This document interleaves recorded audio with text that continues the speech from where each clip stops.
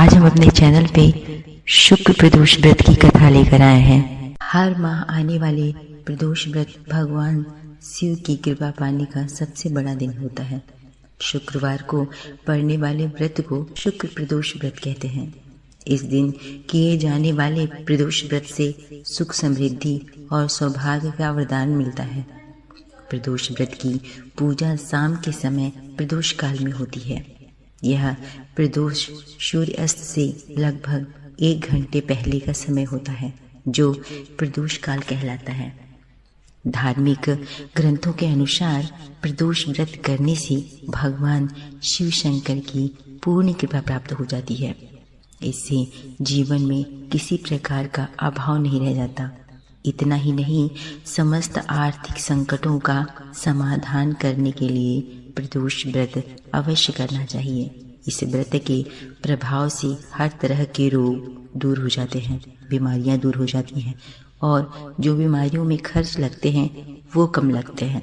भगवान शिव को ज्ञान और मोक्ष का दाता माना जाता है। अतः अध्यात्म की राह पर चलने वालों को प्रदोष व्रत अवश्य करना चाहिए। प्रदोष व्रत की कथा। एक नगर में 3 मित्र रहते थे, राजकुमार, ब्राह्मण और तीसरा धनिक कुमार। राजकुमार और ब्राह्मण कुमार विवाहित थे। धनिक कुमार का विवाह हो चुका था, लेकिन गौना शेष बचा था। एक दिन तीनों मित्र स्त्रियों की चर्चा कर रहे थे।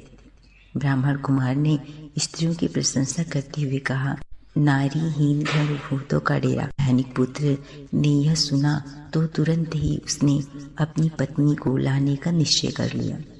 तब धनिक कुमार के माता पिता ने समझाया कि अभी शुक्र देवता डूबे हुए हैं, ऐसे में बहू बेटियों को उनके घर से विदा करवाना शुभ नहीं होता। लेकिन धनिक कुमार ने एक नहीं सुनी और ससुराल जा पहुंचे।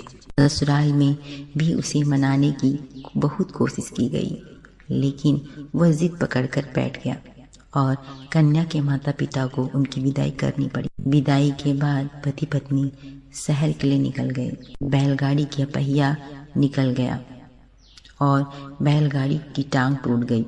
दोनों को चोट लगी, लेकिन फिर से वह चलने लगे। कुछ दूर जाने के बाद उनका पाला डाकुओं से पड़ा, जो उनका धन लूट के ले गए।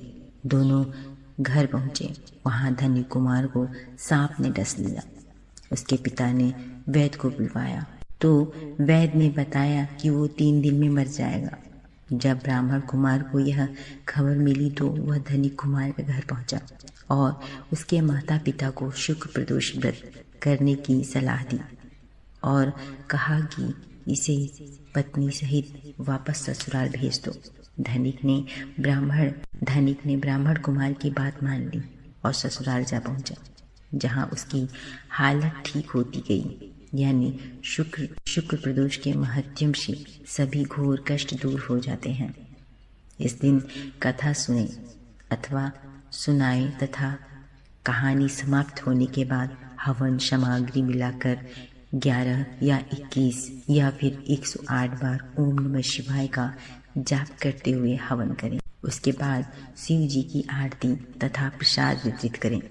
इसके बाद भोजन करें। कहा जाता है शुक्रवार को प्रदोष व्रत सौभाग्य और दाम्पत्य जीवन में सुख समृद्धि भर देता है। यही कारण है कि आज के प्रदोष व्रत का काफी खास माना जाता है। शुक्रवार के दिन पड़ने वाली इस प्रदोष व्रत से सुख समृद्धि प्राप्त होती है। जय शिव शंकर। आपको ये कथा पसंद आई हो तो ऐसी ही और कथाओं के लिए हमारे चैनल को लाइक और सब्सक्राइब करना न भूलें।